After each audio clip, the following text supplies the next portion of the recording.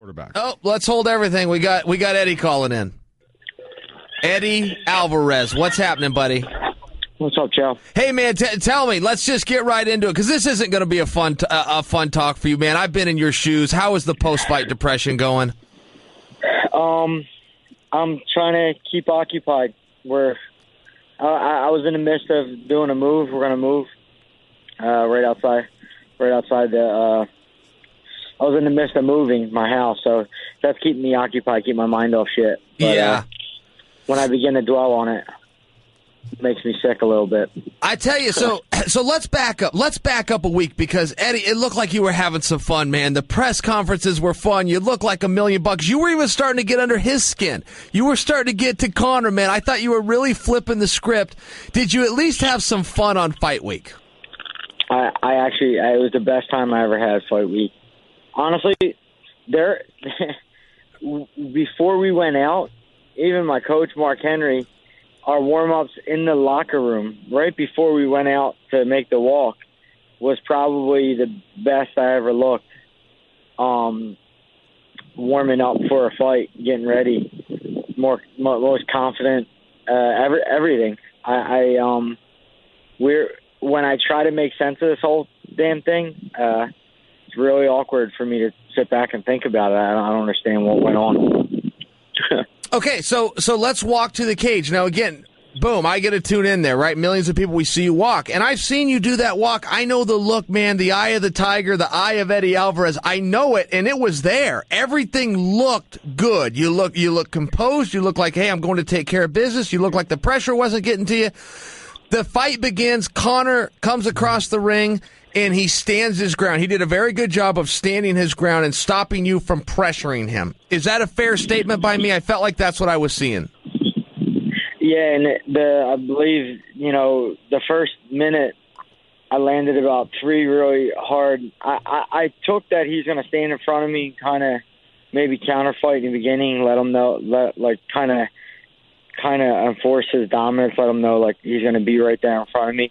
So we did the low leg kick, not the high one, because the high one you could still counter with that left hand of his. So I did almost like a calf, like a low leg kick, and they were successful. But I think on a third one, I might have went foot to shin, and then I had to shut it down. I couldn't throw any more of them, even though they were successful. And to be honest, like the whole plan of this whole fight, like if we had to sum up the plan of this fight, it was it was go left and mostly wrestle. Not wrestle all the time, but go left and let's mostly wrestle. Let's put him in wrestling exchanges and put him where he's uncomfortable. But I don't know if it was after I got hit that I kind of went into fight or flight mode or whatever you want to call it. But I got hit, and it was like I went right, and I boxed. I did the opposite of my plan for 8 minutes when the whole plan for 2 months we trained was go left and mostly wrestle. And instead you went right and boxed. Okay, well, tell me this. So when Conor he's got that left hand, and everybody knows he has it, but it's hard for me and everybody else to relate to. I see him do it on TV. It's so straight. It finds its mark all the time. But I don't know why. Eddie, does he set that thing up? Is it super fast? Why does that left hand always find his opponent's chin? Why? It's not, he don't engage on it. He throws it off you. So it's the timing of it. And I don't even know. He might have landed in the back of my head. To be honest with you, the first shot, I had no clue what it was. I had no clue. I got hit and my butt was on the ground. And I remember in my head going, what the fuck was that? I had no clue what the first shot I got dropped it was. But I think it was I threw and he threw at the same time. It was basically throw on throw. I threw, he threw, and I missed. His range was able to get me. Wow. Yeah, see, it's so hard to tell, because that left hand is very sneaky by him. But I swear I don't know why. I don't see a setup. I trust there is one. I don't see it. And then to your point, he is waiting for his opponent to move. He did that same thing to Jose Aldo. It was on Jose moving. It's just hard for me to figure out. I'm watching his stance, and I don't quite buy the skill set. I'm watching him collect these belts, and I'm going, man, maybe there's something to learn here because this guy's figuring it out. Yeah, it's the he does it real well. He throws on throw, and then he also changes it up where he'll let you throw and he'll rock back and then he'll counter. So he does it too. He does it all three ways. All three ways of engagement, he does it all three ways with that left hand, and he does well with it. And what bugs me about the whole thing is he didn't do anything that we didn't prepare for, and I have no one to blame but myself about it, and that's what kind of fucks me up about it and gets me angry because it'd be easier if I can go back to my coach and go, "You son of a bitch!" Like we didn't bad game plan. You messed up, or you didn't tell me this was going to happen, or we literally got ready for all this, and I guess there's a difference between knowing and doing, and we knew, but I simply didn't execute. So, and tell me one more thing. It looked like range was a bit of an issue for you. It looked like, because I knew you could go out there and wrestle him. I knew you could go out there and tackle him. I still know you can go out there, wrestle him, and tackle him whenever you want. But it did look like, Eddie, maybe you were an inch to 2 inches too far out. And so whenever you did change elevation or even reach for his leg, it just looked like you were a little bit too far away. Would you agree with that? Did he do a good job of establishing range? All because I didn't go left. If I go left, his lead leg's right there for me to grab. If I go right, I'm going away from his lead leg. I literally dug my own grave. It sickens me. I watch the tape, and if you just go left, the lead leg becomes closer. My right hand finds its range. Everything that I do well begins to work. But I didn't.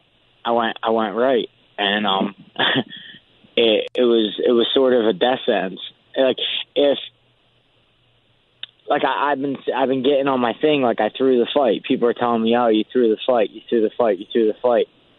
I literally can understand these people's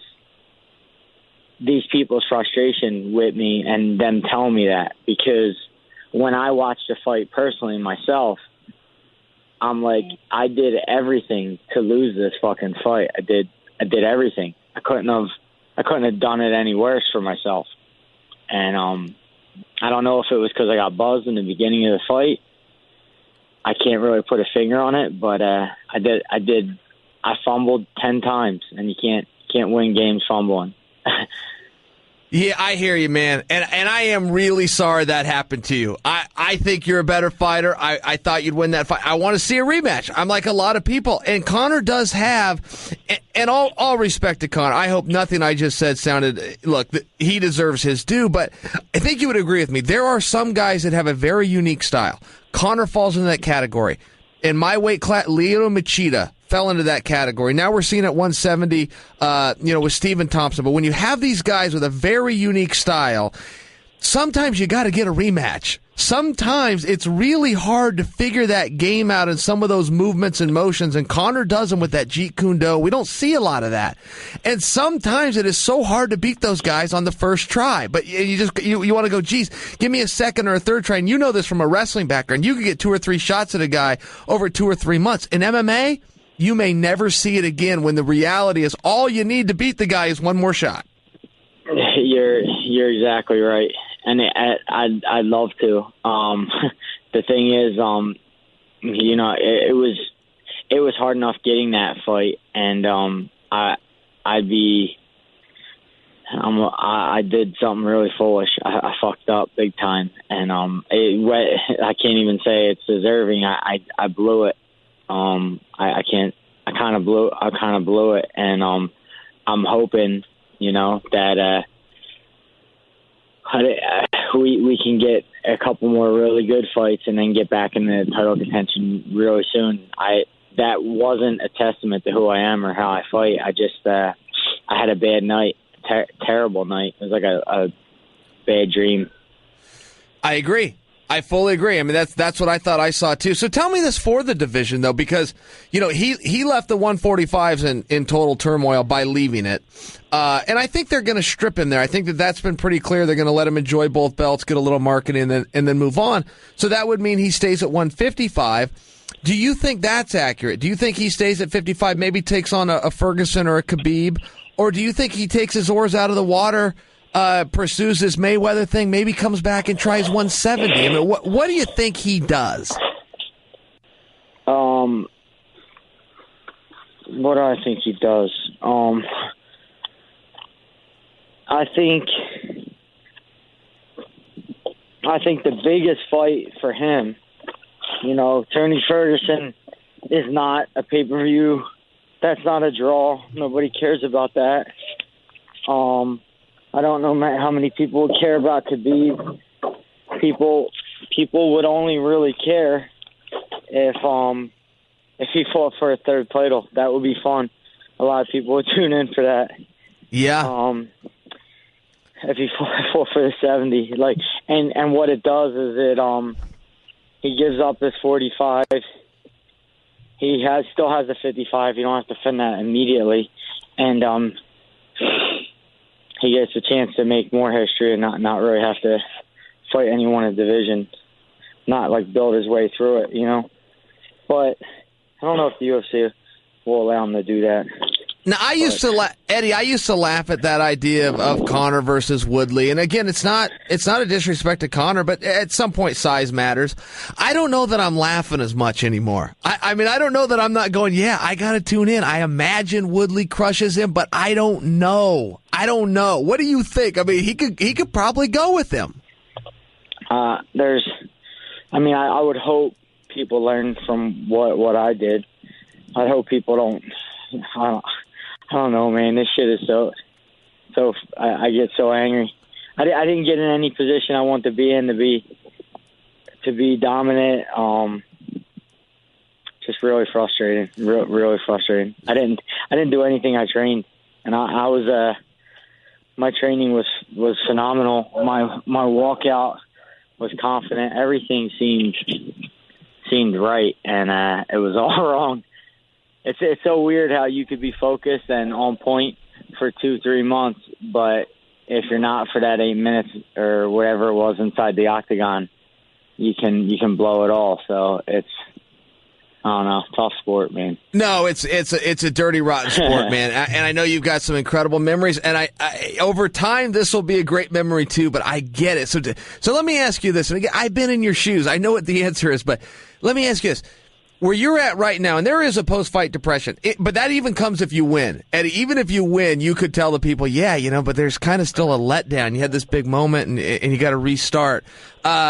So where is your mind at? Do you want to get right back in there, get an opponent, and move forward? Or do you want to take a little bit of time and maybe revisit this in 2017?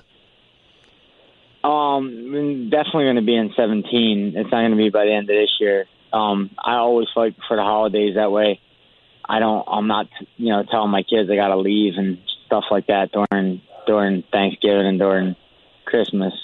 I try to leave that for my family. So I'm gonna enjoy the holidays, probably train, but not have to make fighting the biggest priority in our lives right now. And then revisit it in 2017. But for me, I think for a lot of people, it's like, oh, it's a huge setback. For me, I sincerely am getting better. It sounds crazy. Didn't show in the fight, but I'm getting better being with Mark Henry and being with this team. I'm getting better every year that I fight, and shit, man, just wasn't a testament to what's going on in the gym and what's going on with me. Yeah, definitely. And I hope you're not too down, Eddie. I mean, Eddie, let me remind you, but 5 days ago, you were the champion of the world. It's not as though you're in some huge rut right now, okay? You had just make sure you're fair with yourself. I understand the contest didn't go your way, but 5 days ago, less than 1 week, you were the champion of the world. So Don't let this hang your head, and don't let anybody get you down, man. We still know you were the champ, and it was just a minute ago. You will get back on that horse. All right, listen, Eddie, I won't take any more of your time. I know that you're doing a move. I appreciate you jumping on this call, and big fan over here, man. Just stay after it. We'll look forward to your next one. Awesome, Cal. Appreciate it, man. Awesome. See you, Eddie.